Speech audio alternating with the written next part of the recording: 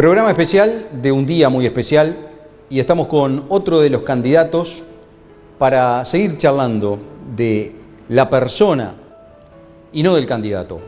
Abel Buslón, ¿cómo estás? Bienvenido. ¿Qué tal? ¿Qué tal? Bueno, muchas gracias.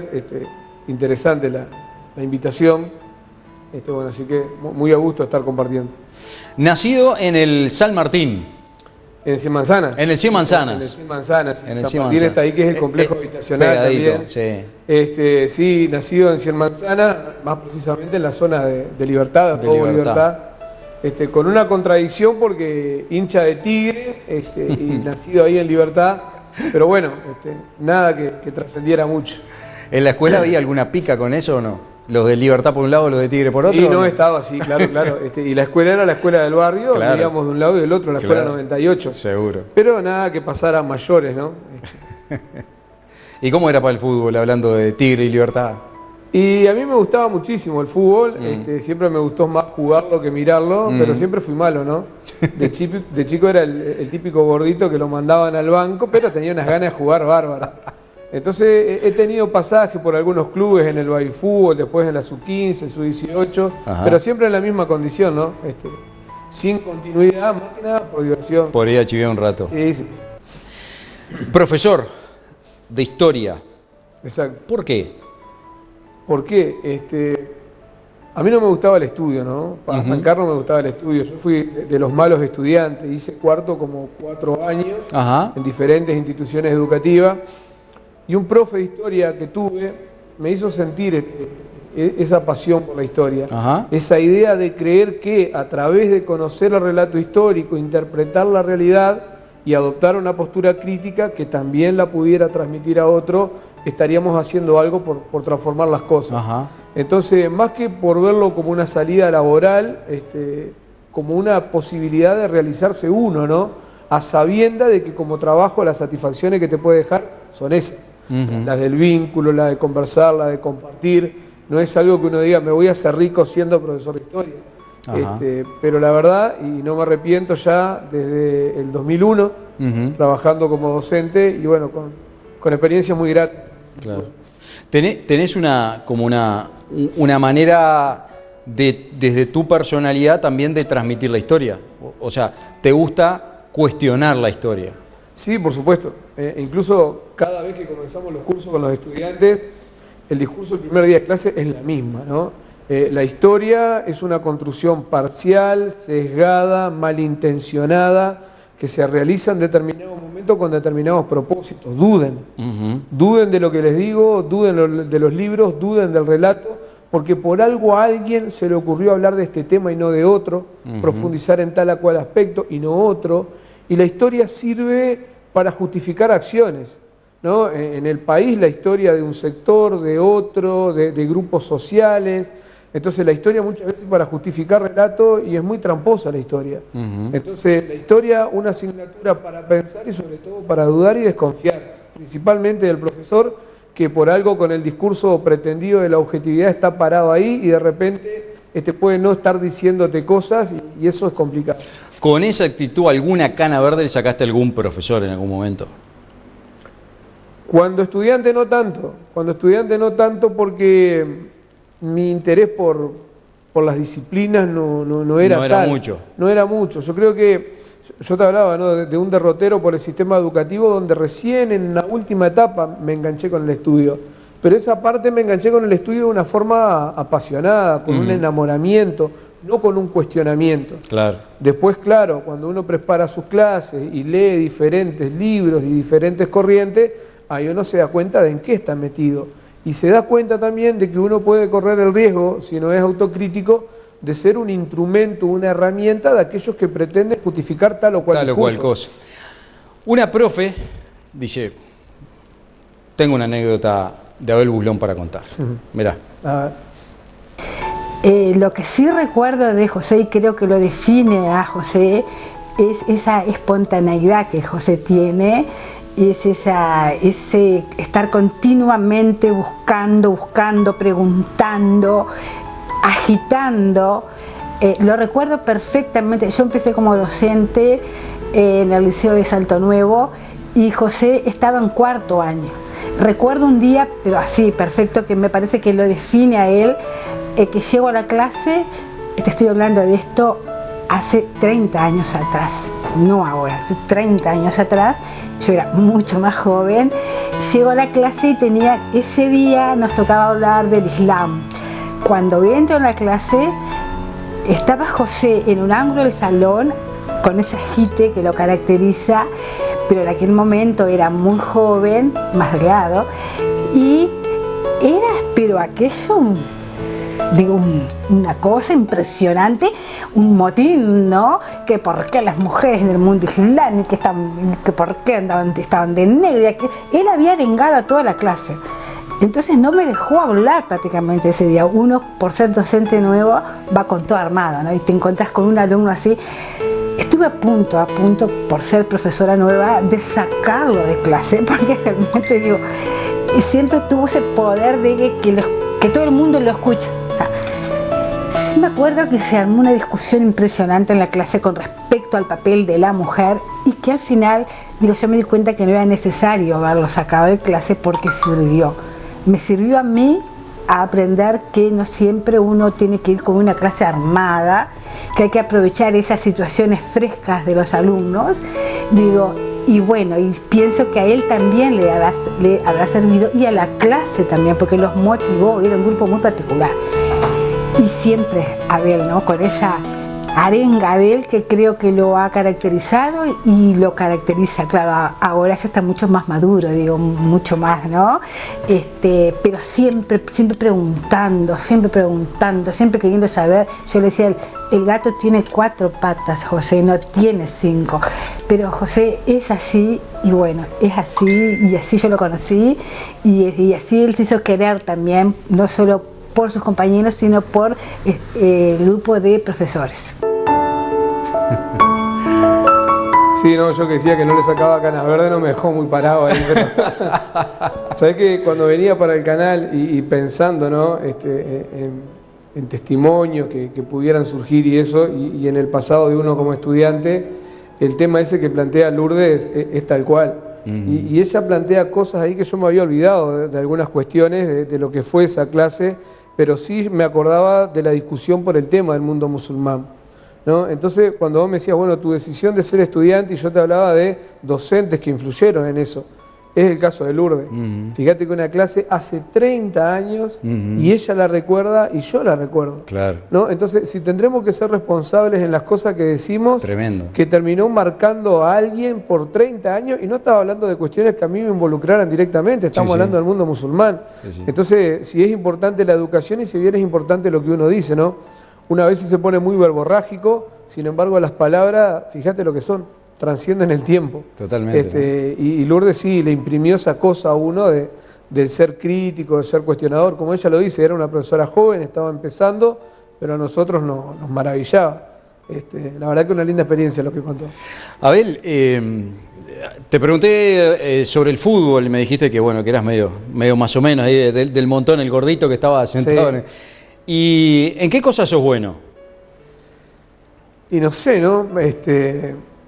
A mí me gusta leer, me gusta la investigación, buscarle la vuelta, como decía Lourdes, pero generalmente tiendo a aburrirme de las cosas, ¿no? Ah, ¿sí? Me engancho con algo y me aburro y salto a otra cosa, y me reconozco no bueno para muchas cosas. Entonces soy un gran admirador de la gente que sí lo es, ¿no? Claro, del albañil que vos lo mirás con 3 o 4 ladrillos y te levanta una casa, claro, de la costurera que con un pedazo de trapo te hace una prenda, pero yo me reconozco no muy bueno en un montón de cosas. Sí, alguien aficionado y alguien con ganas, pero no muy bueno para muchas cosas. El sello de la historia, ¿qué significa para vos? Sí, el sello de la historia es la concreción de un sueño, ¿no? Porque yo te he contado que, bueno, me comenzó a gustar la disciplina historia, empecé a ver que había diferentes enfoques, pero empecé a ver también que estaba la posibilidad de construir la historia. De que aquello que veíamos en un libro, por ejemplo, bueno, este resto de vasija que perteneció a tal cosa y nos permite concluir esto, en realidad lo podíamos encontrar nosotros. Entonces, el sello de la historia es una experiencia de compartir con un grupo de amigos que salimos a hacer prospección arqueológica, no somos arqueólogos, tratando de cuidar el ambiente, el entorno, pero rescatar de la tierra aquellas cosas que quedaron ahí perdidas y darle sentido y transformar eso en un relato. Entonces, eso no sé si soy bueno en eso, pero sí sé que me gusta mucho lo que se hace y lo que se construye, porque es la forma de sentir la historia viva, ¿no? Que es lo que a mí me gusta. Claro. No repetir el relato, no, vamos al lugar y buscamos, encontramos. Ahora estamos con un desafío en los campos donde se dio la batalla de San Antonio.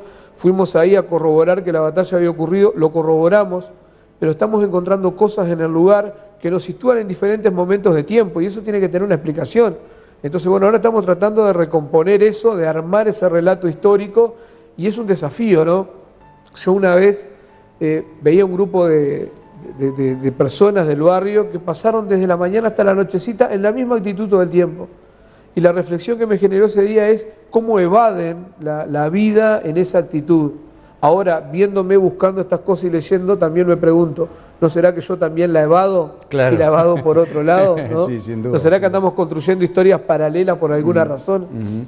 Abel, esto del sello de la historia, por ejemplo, es un grupo de amigos, como decís vos, con una iniciativa o con un interés común, ¿no? Persiguiendo una gran aventura, además, más allá de un sueño, una gran aventura, ¿no? Que es encontrar cosas que permitan armar el rompecabezas. Ahora, me imagino que vos, entonces, ¿cuánto hace que están con este proyecto? Con el proyecto concretado a partir de este año. A partir de este año. Sí, con algunas experiencias sueltas ya desde hace 2 años. Y ya han aparecido cosas muy interesantes, muy raras. ¿Qué es lo, vos decís, este es no sé, el cáliz perdido? El hallazgo. Sí, el hallazgo que hacen, que hasta ahora te tiene deslumbrado. Sí, nosotros hemos encontrado algunos restos de vasijas pertenecientes al trabajo de los indígenas que habitaron este departamento en la zona de San Antonio. Y al principio eran vasijas comunes, pero después por el arrastre y los desprendimientos hemos encontrado otro tipo.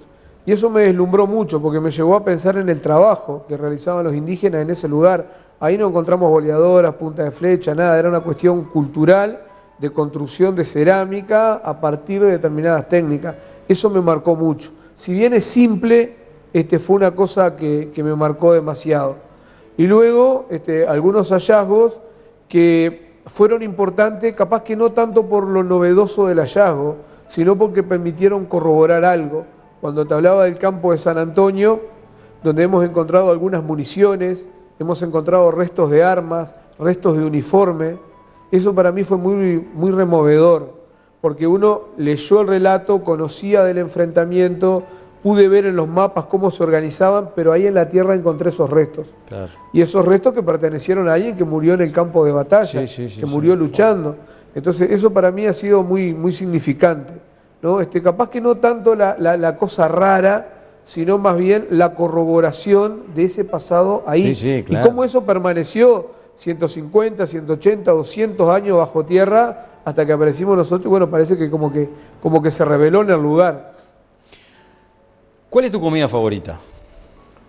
Y bueno, comida favorita, el ensopado. El ensopado. El ensopado y el tuco, sí, cuando lo cocino, ¿no? He probado ensopados ricos, pero me gusta más cuando lo cocino. ¿Ah, sí? Sí, porque hay toda una intervención de diferentes cosas, ¿no? Los sentidos se manifiestan. Sí. Desde la vista por el color, el olfato, el tacto, el estar cocinando.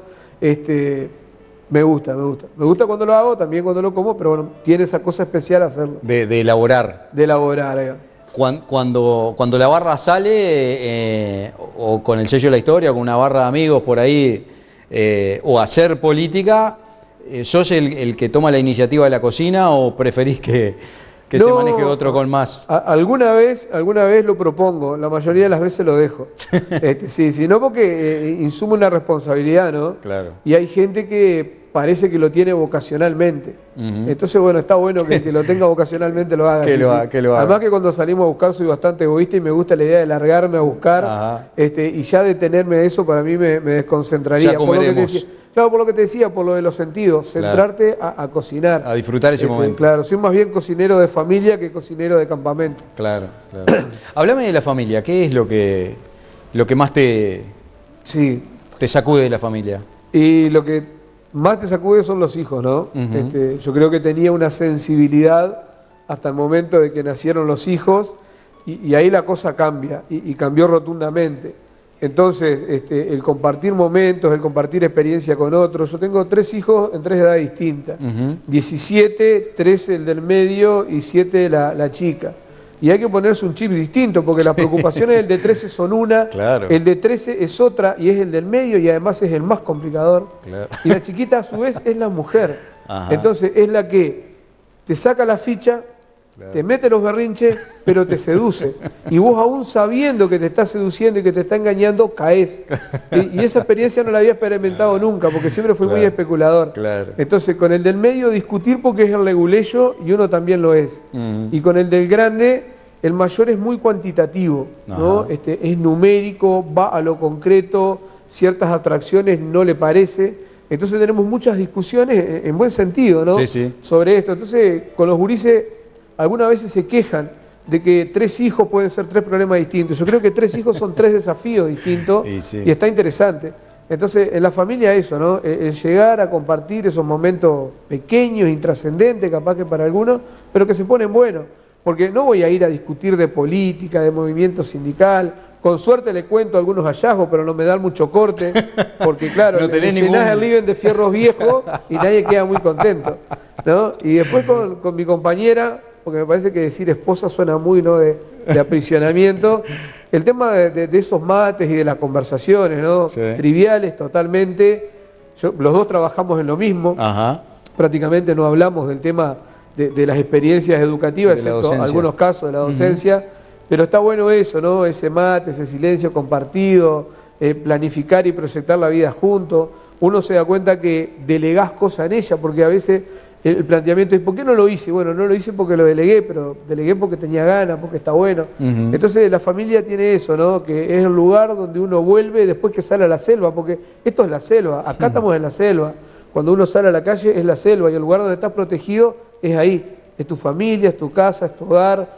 Uno tiene diferentes desenamoramientos con personas, con propuestas, pero tu familia es eso, ¿no? Y es el amor incondicional, porque el día de mañana yo no pretendo que los gurises tengan conmigo determinadas consideraciones, porque entiendo que van a hacer un proyecto de vida. Si las tuvieran, bueno, bienvenido, pero si no las tuvieran, uno no los va a dejar de querer por eso. Entonces ahí te das cuenta que es el amor incondicional. Estás entregando algo a alguien que ni siquiera le vas a preguntar si el día de mañana va a tener alguna consideración con vos, porque no es lo que te importa.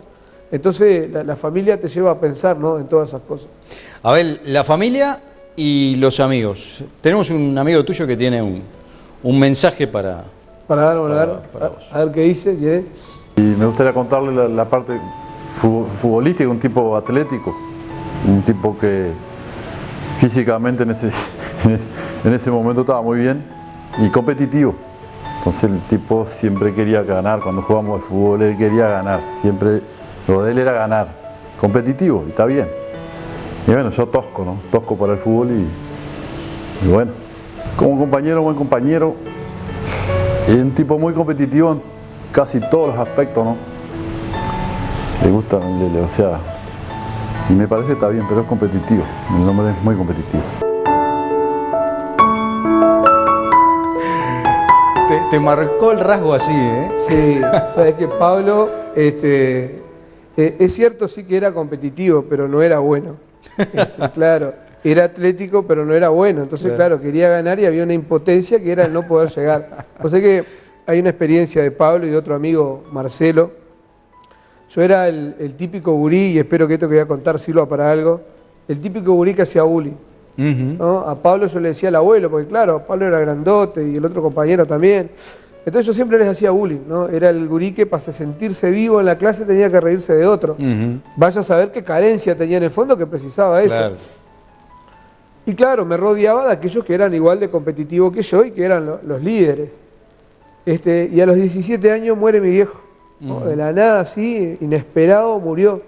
Los que me acompañaron fueron ellos. Fueron Pablo y Marcelo.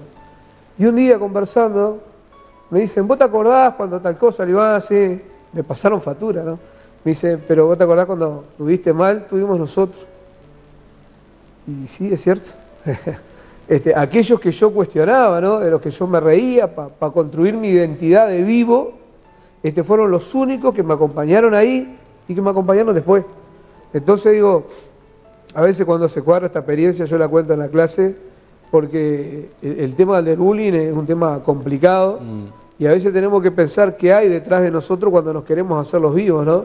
En ese ser competitivo que él rescata como algo valorable tal vez, vaya a saber si nos esconde alguna falencia que nos lleva a adoptar esos roles, ¿no? Está bueno competir en la vida y tratar de dar lo mejor, pero no a veces sobre ciertas bases. Entonces Pablo es de un amigo de esos que está, de ese amigo que te tapan la macana y del amigo que pasás mal, ¿no? Claro. Con Pablo la hemos pasado muy mal, pero es siempre la garantía de que vos estás caminando en la cuerda floja y tenés esa red ahí. Y eso es Pablo, Marcelo y otros amigos más también, el negro Hugo, que es otro amigo más también, con las mismas actitudes.